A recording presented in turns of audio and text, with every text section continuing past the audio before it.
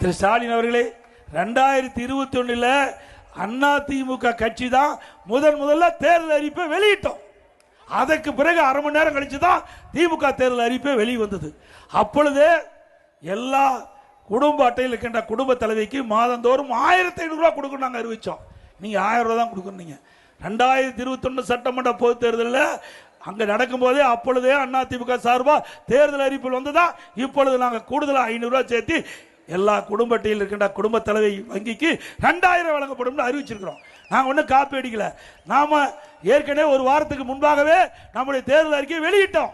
இப்ப நம்ம அறிக்கையை பார்த்து காப்பி அடிச்சு தான் ஸ்டாலின் இந்த அறிவிப்பை வெளியிட்டிருக்கார். திமுக சார்பாக அண்ணா திமுக தேர்தல் அறிக்கை காப்பி அடிச்சு வெளியிட்டு தான் திமுக என்பதை நேரத்தில் சுட்டிக்காட்டி வருகின்ற சட்டமன்ற பொது தேர்தலில் நம்முடைய வெற்றி வேட்பாளர் அறிவிச்சர் செந்தில்நாதன் அவர்களுக்கு இரட்டை சின்னத்திலே வாக்களித்து வெற்றி பெற்று